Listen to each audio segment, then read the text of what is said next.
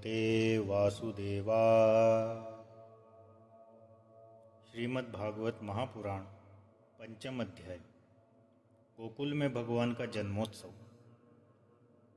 श्री सुखदेव जी कहते हैं, परीक्षित, नंद बाबा बड़े मनस्वी और उदार थे।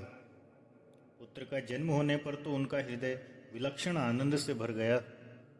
उन्होंने स्नान किया और पवित्र होकर सुंदर सुंदर वस्त्राभूषण धारण किए। फिर वेदज्ञ ब्राह्मणों को बुलाकर स्वस्ति वाचन और अपने पुत्र का जात कर्म संस्कार करवाया। साथ ही देवता और पितरों की विधि पूर्वक पूजा भी करवाई। उन्होंने ब्राह्मणों को वस्त्र और आभूषणों से सुसज्जित 2 लाख गौवें दान की। रत्नों और सुनहले वस्त्रों से ढके हुए तिल के तात पहाड़ दान किए गए। यह प्रदर्शित करने के लिए अनेक दृष्टांतों का उल्लेख समय से, स्नान से, प्रक्षालन से, तपस्या से, संस्कारों से, यज्ञ से, दान से और संतोष से द्रव्य शुद्ध होते हैं, परंतु आत्मा की शुद्धि तो आत्मज्ञान से ही होती है। उस समय ब्राह्मण, सूत, मागध और बंदीजन मंगलमय आशीर्वाद देने और स्तुति करने लगे। गायन गाने लगे। भेरी और दुंदुभियाँ बार बार बजने लगी। ब्रजमंडल के सभी घरों के द्वार, आंगन और भीतरी भाग झाड़ बुहार दिए गए। उनमें सुगंधित जल का छिड़काव किया गया। उन्हें चित्र विचित्र ध्वजा, पताका, पुष्पों की मालाओं, रंग बिरंगे वस्त्र और पल्लवों की बंदरवारों से सजाया गया। गाय, बैल और बछड़ों के अंगों में हल्दी तेल का लेप कर दिया गया और उन्हें गेरू आदि रंगीन धातुएं, मोर पंख, फूलों के हार, तरह तरह के सुंदर वस्त्र और सोने की जंजीरों से सजा दिया गया। परीक्षित, सभी ग्वाल बहुमूल्य वस्त्र, गहने, अंगरखे और पगड़ियों से सुसज्जित होकर और अपने हाथों में भेंट की बहुत सी सामग्रियां ले लेकर नंद बाबा के घर आए। यशोदा जी के पुत्र हुआ है, यह सुनकर गोपियों को भी बड़ा आनंद हुआ। उन्होंने सुंदर सुंदर वस्त्र, आभूषण और अंजन आदि से अपना श्रृंगार किया। गोपियों के मुख कमल बड़े ही सुंदर जान पड़ते थे। उन पर लगी हुई कुमकुम ऐसी लगती मानो कमल की केसर हो। वे भेंट की सामग्री ले लेकर जल्दी जल्दी यशोदा जी के पास चली। उस समय उनके कानों में चमकती हुई मणियों के कुंडल झिलमिला रहे थे। गले में सोने के हार जगमगा रहे थे। वे बड़े सुंदर सुंदर रंग बिरंगे वस्त्र पहने हुई थी। मार्ग में उनकी चोटियों में गुथे हुए फूल बरसते जा रहे थे।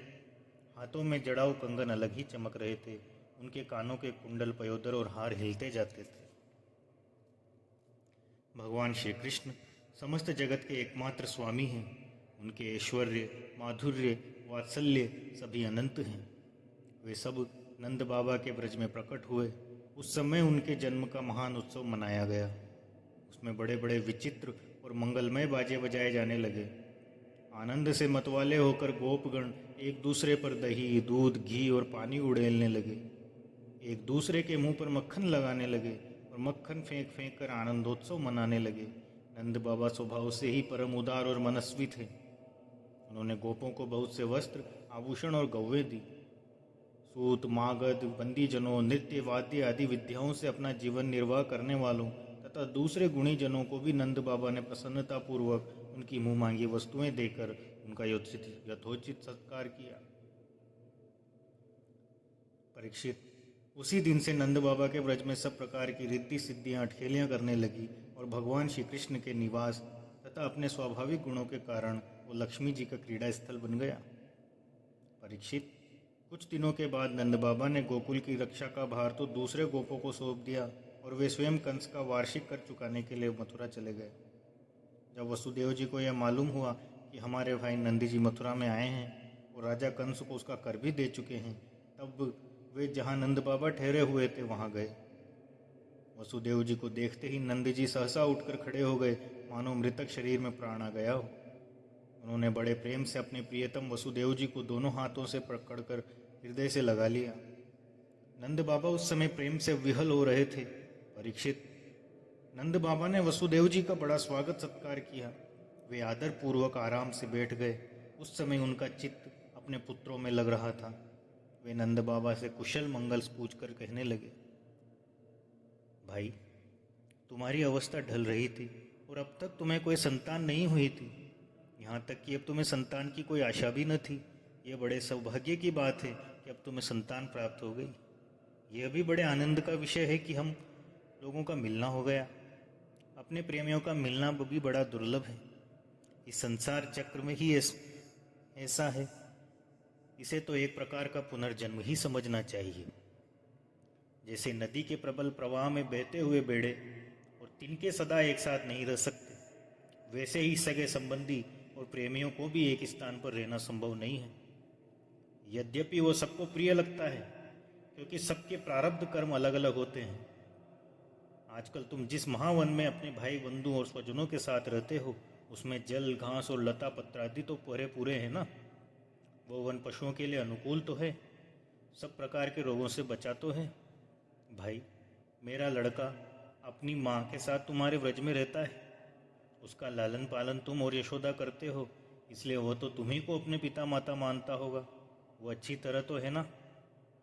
मनुष्य के लिए वे ही धर्म, अर्थ और काम शास्त्र विहित हैं जिनसे उसके स्वजनों को सुख मिले। जिनसे केवल अपने को ही सुख मिलता है किंतु अपने स्वजनों को दुख मिलता है, वे धर्म, अर्थ और काम हितकारी नहीं है। नंद बाबा ने कहा, भाई वसुदेव, कंस ने देवकी के गर्भ से उत्पन्न तुम्हारे कई पुत्र मार डाले। अंत में एक सबसे छोटी कन्या बच रही थी, वह भी स्वर्ग सिधार गई। इसमें संदेह नहीं कि प्राणियों का सुख दुख भाग्य पर ही अवलंबित है। भाग्य ही प्राणी का एकमात्र आश्रय है। जो जान लेता है कि जीवन के सुख दुख का कारण भाग्य ही है, वो उनके प्राप्त होने पर मोहित नहीं होता। वसुदेव जी ने कहा, भाई, तुमने राजा कंस को उसका सालना कर चुका दिया। हम दोनों मिल भी चुके। अब तुम्हें यहाँ अधिक दिन नहीं ठहरना चाहिए, क्योंकि आजकल गोकुल में बड़े बड़े उत्पात हो रहे हैं। श्री सुखदेव जी कहते हैं, परीक्षित, जब वसुदेव जी ने इस प्रकार कहा तब नंद आदि गोपों ने उनसे अनुमति ले बैलों से जुते हुए सड़कों पर सवार होकर गोकुल की यात्रा की।